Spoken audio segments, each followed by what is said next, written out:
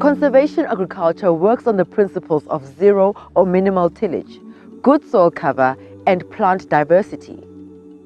To do this successfully, planning is crucial.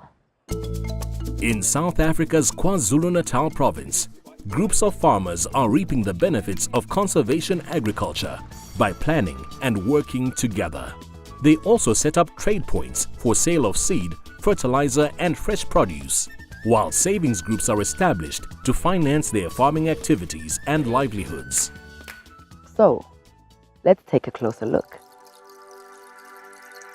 Before planting, the ideal is to do a soil sample to see whether lime is needed to reduce soil acidity. The results will also indicate manure and fertilizer requirements.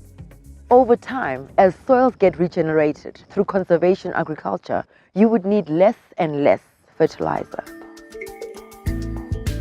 To plan your planting, field layouts should be drawn up to indicate how crops will be rotated in the different seasons.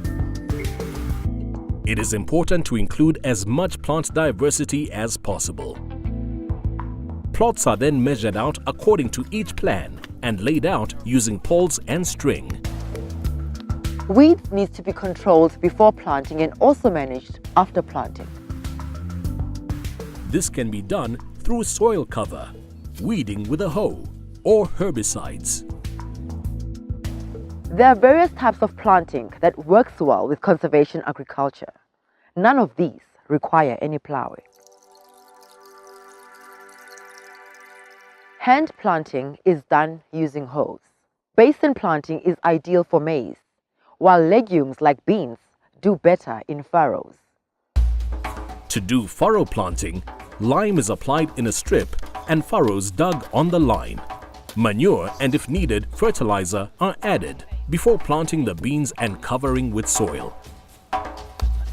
For basin planting, the basins should be dug 50 centimeters apart and 15 centimeters deep. Lime, manure and, if needed, fertilizer are added before placing 2 to 3 seeds in each basin and covering the basin with soil. Different types of hand planters are available. Wheel planters can be used for different crops, from maize and beans to small seeded crops. Jab planters can handle both seed and fertilizer, while hand hoe planters can be used for different seed sizes, while also including fertilizer. The types of animal-drawn no-till planters vary from the more basic to those with springs and wheels designed to make handling easier.